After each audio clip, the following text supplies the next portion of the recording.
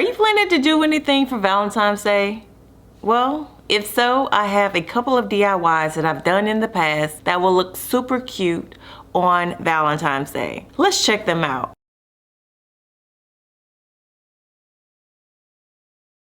Okay, so this is the first project that I want to talk about. This is the Mercury bowl candle. This is a product that is going for $70.99 at Z Gallery. It's a beautiful piece. However, I think this is something that you could DIY yourself. And I want to show you the steps that I took. For this project, I decided to use one of the glass bowls that is in this 8-piece kit that I got from Walmart. I believe it was like $8.99. I'm just going to use one of them. The goal is just to find a clear glass container to use for this project. You can go to Dollar Tree, you can go anywhere. We just want to have a clear glass container that is inexpensive. Once I found the bowl that I want to use, I flipped it upside down, and then I proceeded to spritz the glass bowl with water. Next, I took Rust-Oleum Mirror Effect spray paint and I sprayed it all across the bowl. After about 30 minutes, I patted the bowl to get rid of the water residue that's on there. This is so that we can create that antique look. Now it's time to insert a couple of wicks into the bowl. To make sure the wicks stay down in the bowl, I'm going to use adhesive dots. I'm going to put one on each end of the wick. Now I'm going to remove the plastic that's on the top part and just stick it down in the bowl. If you do not have any wicks, you can also go to the Dollar Tree and take existing candles that are there and take the wicks off of those. I've already melted down my soy wax and I'm going to just pour it into the bowl. I added some lavender in there to give the room a very calm and relaxing feel. I let the wax cool and let it sit for a day, and then I was able to use it. This is how it turned out. I just really wanted to show you guys that you can create your own candle. You do not have to go and buy it, and you can put your own scents in there. If you would like to learn the process of how I melt the wax using Dollar Tree supplies, I will put the link to that video at the top as well as in the description box below.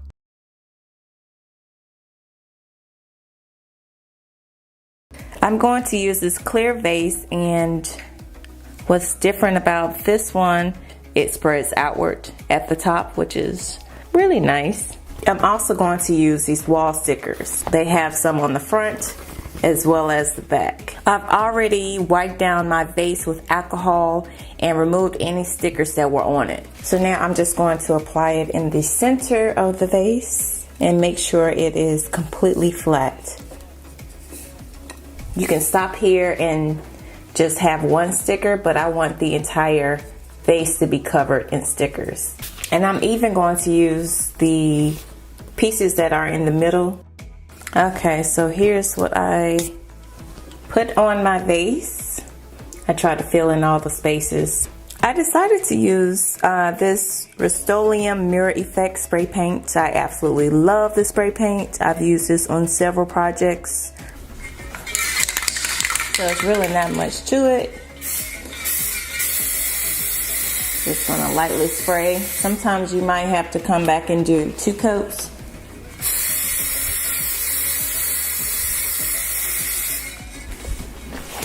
So I'm just gonna walk around.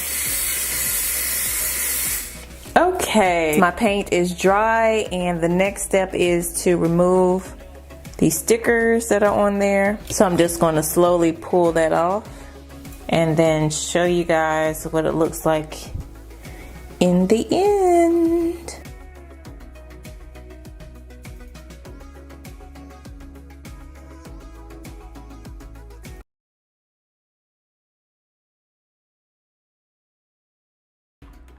The first step that I did was determine the placemat size. So what I'm going to do is just take one of my dinner plates and place it in the middle and determine what size I would like it to be. I don't want it the same size as the plate.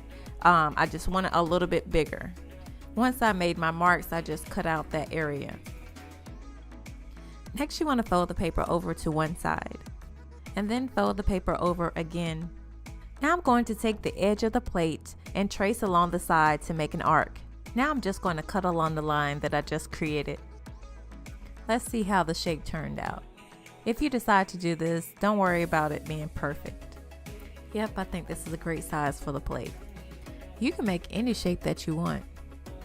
The next step is to dismantle the flowers, so I'm just going to separate the flower from the stem. Now it's time to separate the petals. At the bottom, you want to remove the stem at the base. After you do that, the petals should come off with no trouble. If you notice the petals are connected, what we want to do is just take our scissors and disconnect each one. Now it's time to glue the flowers to the paper. Using my hot glue gun, I'm going to place a little bit of hot glue on the tip of the petal and press down onto the paper. I'm going to continue to do this until the entire edge of the paper is covered with petals. Next, I'm going to glue another row of petals and I'm going to work my way towards the center.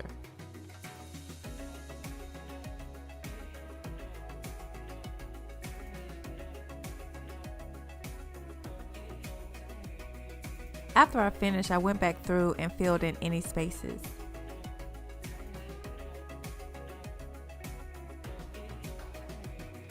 So what do you guys think? My total cost was $3 each.